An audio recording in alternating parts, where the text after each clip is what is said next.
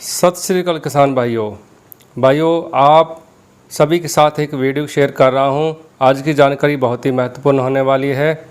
आपसे सभी से अनुरोध है कि आप इस वीडियो को अंत तक जरूर देखिएगा, तभी आप एक अच्छी जानकारी प्राप्त कर पाएंगे।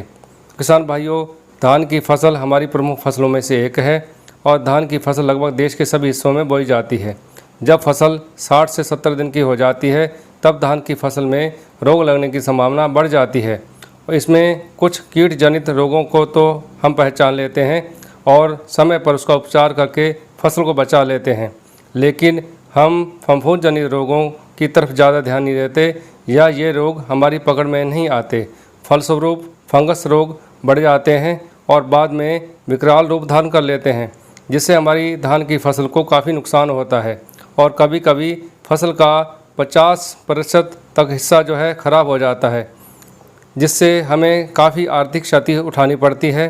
तो किसान भाइयों, धान की फसल में कौन कौन से फंगस रोग लगते हैं और इनकी पहचान क्या है और इससे बचाव के लिए कौन कौन से फंगिसाइड प्रयोग करने चाहिए और कितनी मात्रा में प्रयोग करने चाहिए, ये सब मैं आपको बताने वाला हूँ। पहले संक्षेप में जान लेते हैं कि धान की फसल को कौन कौन से फंगस रोग लगते हैं। पहला रोग है धान का झोंका ब्लास्ट रोग।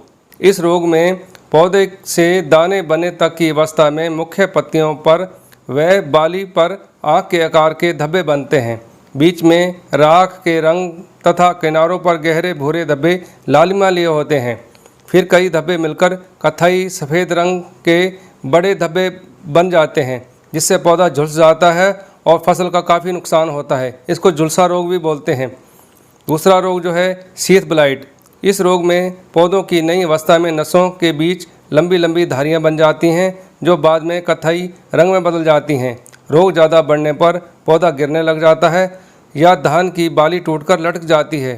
पौधा बाली का वजन सहन नहीं कर पाता है और समय से पहले गिर जाता है।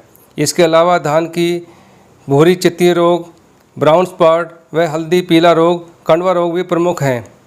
तो किसान भाइयों, फंगस रोगों से बचने के लिए समय रहते फंगिसाइड का छिड़काव कर देना चाहिए। अब आपको फंगिसाइड बताने वाला हूं जो वर्ल्ड क्लास फंगिसाइड हैं। तो पहला मैं आपको फंगिसाइड बताने वाला हूं, उसका नाम है कस्टोडिया। यह अदामा कंपनी का जो है उत्पाद है। यह एक ब्रॉड स्पेक्ट्रम फंगिसाइड है। ब्रॉड स्पेक्ट्रम मतलब यह होता है कि पौधों में तुरंत रूप से प्रभावी रूप से फैलता है और पौधों की पत्तियों में तुरंत प्रवेश कर जाता है और अपना कार्य शुरू कर देता है।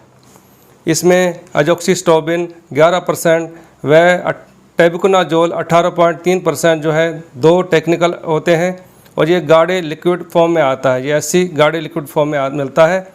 और अब बात करें इसकी मात्रा की, तो 200 ml से 250 ml प्रति एकड़ के हिसाब से 150 लीटर से 200 लीटर पानी में मिलाकर स्प्रे करें। प्राइस की बात करें तो एक कस्टोडिया 700 से 800 रुपये के आसपास मार्केट में ये मिलता है। दूसरा है अमिस्टार टॉप।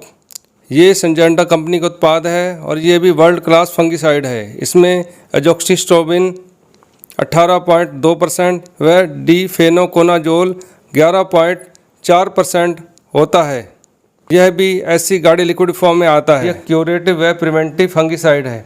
सीधी भाषा में हम इसको ऐसे समझ सकते हैं कि ये पौधे को तुरंत जो है फंगस से मुक्त करता है और पौधे को तुरंत जो है स्वस्थ करता है।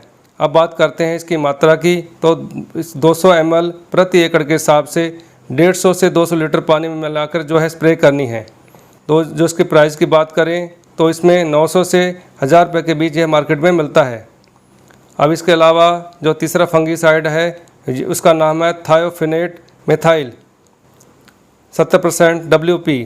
यह पाउडर फॉर्म में आता है। यह भी काफ़ी अच्छा फंगिसाइड है और इसकी 200 से 250 ग्राम मात्रा को 150 लीटर पानी में मिलाकर स्प्रे करना है। ये काफ़ी सस्ता जो है फंगिसाइड है। ये लगभग 400 रुपये के आसपास जो मार्केट में मिलता है।